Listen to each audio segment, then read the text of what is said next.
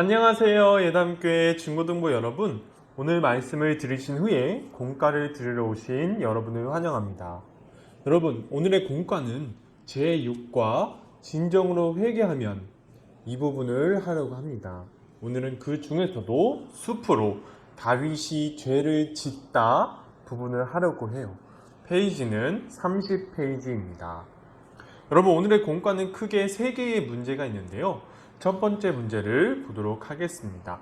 첫 번째 문제는 다음과 같습니다.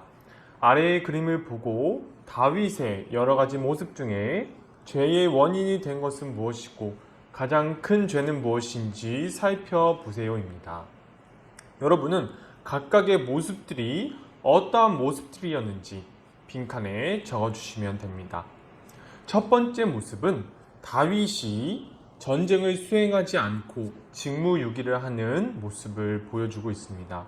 사무엘하 11장 1절을 읽어보도록 하겠습니다. 그 해가 돌아와 왕들이 출전할 때가 되매 다윗이 요압과 그에게 있는 그의 부하들과 온 이스라엘 군대를 보내고 그들이 암몬 자손을 멸하고 랍바를 에워쌌고 다윗은 예루살렘에 그대로 있더라. 여러분, 전도사님이 고대 시대 왕들의 의무에 대해서 여러분들께 설명드린 적이 있었죠. 그 중에서도 전도사님이 여러분들께 강조드렸던 것 중 하나가 바로 전쟁이 일어났을 때 왕은 전쟁에 선봉에 서야 된다는 것입니다. 만약 왕이 선봉에 서지 못한다고 해도 직접 출정하여 군대를 이끌어야 되는 것이 그 당시 고대시대 마땅한 왕의 의무였지요. 그러나 사무엘하 11장 1절을 읽어보면 이제 왕들이 출정할 때가 되었다고 말은 되지만 다윗은 군대만 보내고 자신은 예루살렘에 남는 선택을 하였습니다. 다윗은 하나님께서 선택하신 왕으로서 하나님의 백성을 이끌고 하나님의 뜻에 따라 전쟁을 수행해야 했지만 그렇게 하지 않고 자신의 직무를 유기하는 모습을 보여줍니다. 이러한 모습을 볼 때 다윗이 직무유기의 죄를 저질렀다고 볼 수 있을 거예요. 이제 두 번째 모습은 다윗이 마음으로 음욕을 품는 모습입니다. 사무엘하 11장 2절을 읽어보도록 하겠습니다. 저녁 때에 다윗이 그의 침상에서 일어나 왕궁 옥상에서 거닐다가 그곳에서 보니 한 여인이 목욕을 하는데 심히 아름다워 보이는지라. 여러분, 두 번째 모습에서 첫 번째 모습의 결과가 나타나게 됩니다. 첫 번째 모습에서 다윗은 왕으로서의 직무를 유기하는 모습을 보여주었지요. 그 다음에 이제 두 번째 사건이 일어나서 그 직무 유기의 결과가 이제 죄로 나아가는 모습을 우리가 볼 수 있습니다. 다윗이 저녁 때의 침상에서 일어났다는 말을 보면 다윗이 낮잠을 잤다는 것 같아요. 낮잠을 잔 후에 왕궁 옥상을 거니면서 다른 곳을 둘러보다가 다윗은 한 여인이 목욕하는 것을 보게 됩니다. 그 모습을 본 다윗은 곧바로 마음의 욕정에 사로잡히게 되어버렸어요. 전도사님은 만약 다윗이 전쟁을 수행하기 위해서 전쟁터로 나갔다면 이러한 유혹에 빠지지 않았을 것이라고 생각합니다. 전도사님은 다윗이 직무유기로 인하여서 유혹에 스스로 빠지게 된 것이라고 생각합니다.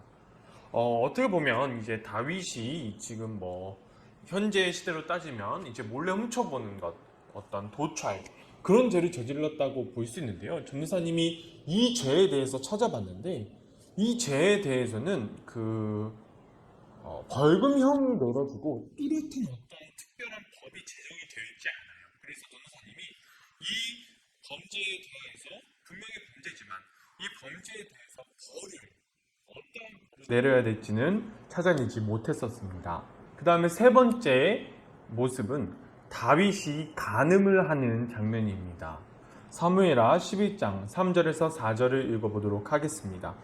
다윗이 사람을 보내 그 여인을 알아보게 하였더니 그가 아뢰되 그는 엘리암의 딸이요 햇사람 우리아의 아내 밧세바가 아니니까 하니 다윗이 전령을 보내어 그 여자를 자기에게로 데려오게 하고 그 여자가 그 부정함을 깨끗하게 하였으므로 더불어 동침하며 그 여자가 자기 집으로 돌아가니라. 여러분, 이제 다윗은 스스로 빠진 유혹에 넘어가서 직접적으로 죄를 짓고 맙니다. 다윗은 그 여인이 누구인지 알아보게 했어요. 그 여인이 누구였냐면 다윗의 부하 중 장군이었습니다. 장군, 낮은 사람이 아니에요. 장군 중 하나였던 우리아의 아내였다는 사실도 분명히 알게 되었어요. 그러나 다윗은 욕정을 이기지 못하고 간음을 저지르고 말았습니다. 이것을 현재의 범죄로 본다면 간통죄라고 볼 수 있겠지요. 네 번째 모습은 다윗이 살인을 교사하는 모습입니다. 사무엘하 12장 14절에서 15절을 읽어보도록 하겠습니다. 아침이 되매 다윗이 편지를 써서 우리아의 손에 들려 요압에게 보내니 그 편지에 써서 이르기를 너희가 우리아를 맹렬한 싸움에 앞세워 두고 너희는 뒤로 물러가서 그로 맞아 죽게 하라 하였더라. 여러분, 이제 다윗은 자신의 죄를 덮기 위해서 더 큰 죄를 짓기 시작합니다. 다윗은 밧세바와 간음한 후에 밧세바가 임신했다는 말을 다윗에게 전하자 자신의 죄를 은폐하기 위해서 전장에 있던 우리아를 끌고 옵니다. 거의 불러내서 자기 집에 가서 밧세바와 동침하라고 명령을 합니다. 여러분, 그러나 우리아는 전쟁터에 있는 자신의 부하들이 있고 이스라엘의 군대가 지금 전쟁을 하고 있는 도중에 자신이 어떻게 집에 들어가서 편히 쉴 수 있겠느냐고 대답하며 집으로 내려가지 않고 부하들과 같이 잠을 잡니다. 우리아는 이렇게 이스라엘과 하나님께 충성스러운 사람이었어요. 그러나 다윗은 우리아가 자신의 말을 듣지 않자 우리아를 죽이라는 명령서를 우리아의 손에 돌려서 요압에게 가져가게 해요. 그리고 그 명령서를 받아든 요압은 다윗의 뜻대로 우리아를 죽도록 만들어 버렸습니다. 여러분, 다윗의 이 범죄는 살인교사죄가 성립되게 돼요. 이제 두 번째 문제를 보도록 하겠습니다. 두 번째 문제는 바로 이것입니다. 오늘날 다윗이 저지른 죄와 같이 이런 죄를 지으면 어떤 벌을 받게 될까요? 여러분, 아까 전도사님이 말씀드렸던 대로 다윗은 여러 가지 죄를 저질렀습니다. 다윗은 직무유기죄, 간통죄, 살해교사죄를 저질렀지요. 이제 오늘날의 형벌로 따지자면 직무유기죄는 1년 이하의 징역이나 금고 또는 3년 이하의 자격정지 이 형에 처하고요. 간통죄는 이제 폐지되었지만 이게 실제적으로 적용이 된다면 2년 이하의 징역이 선고됩니다. 그 다음에 살해교사죄는 살해죄와 똑같은 형벌이 적용돼요. 그래서 사형 및 무기징역 또는 5년 이하의 징역형을 받게 되어집니다. 여러분, 전도사님은 심정적으로 다윗이 저지른 범죄의 악랄함을 보면 사형을 받아도 전도사님은 아무런 문제가 없다고 생각합니다. 여러분들은 이제 5년 이상의 징역형부터 이제 사형에 이르기까지의 여러 가지 이제 범죄에 대한 이제 형벌이 있죠. 여러분들이 생각하는 징역의 연수를 적어서 전도사님에게 보내주시면 감사하겠습니다. 그다음에 마지막으로 세 번째 문제는 바로 이것입니다. 이런 큰 죄에도 불구하고 하나님은 왜 계속해서 다윗을 이스라엘의 왕으로 두셨을까요? 입니다. 사무엘하 12장 13절에서 14절 말씀을 보도록 하겠습니다. 다윗이 나단에게 이르되 내가 여호와께 죄를 범하였노라 하매 나단이 다윗에게 말하되 여호와께서도 당신의 죄를 사하셨나니 당신이 죽지 아니하려니와 이 일로 말미암아 여호와의 원수가 크게 비방할 거리를 얻게 하였으니 당신이 낳은 아이가 반드시 죽으리이다 하고.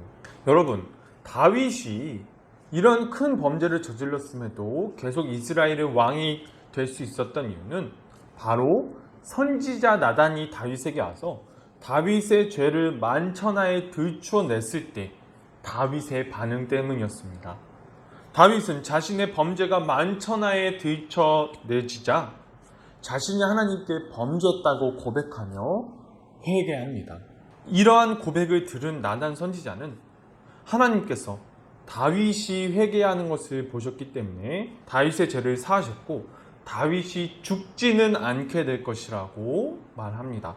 그러나 다윗과 밧세바 사이에 낳은 아들은 죽게 될 것이라고 말을 하고 있습니다.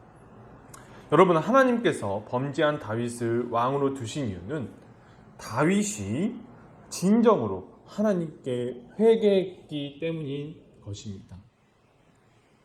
여러분, 지금까지 다윗이 어떠한 경로로 범죄를 저지르게 되었는지 알아보게 되었습니다. 여러분, 빈칸의 내용을 적어서 전도사님에게 보내주시면 감사하겠습니다. 여러분, 지금까지 공과 들어주셔서 너무 감사하고요. 다음 주에 만나요.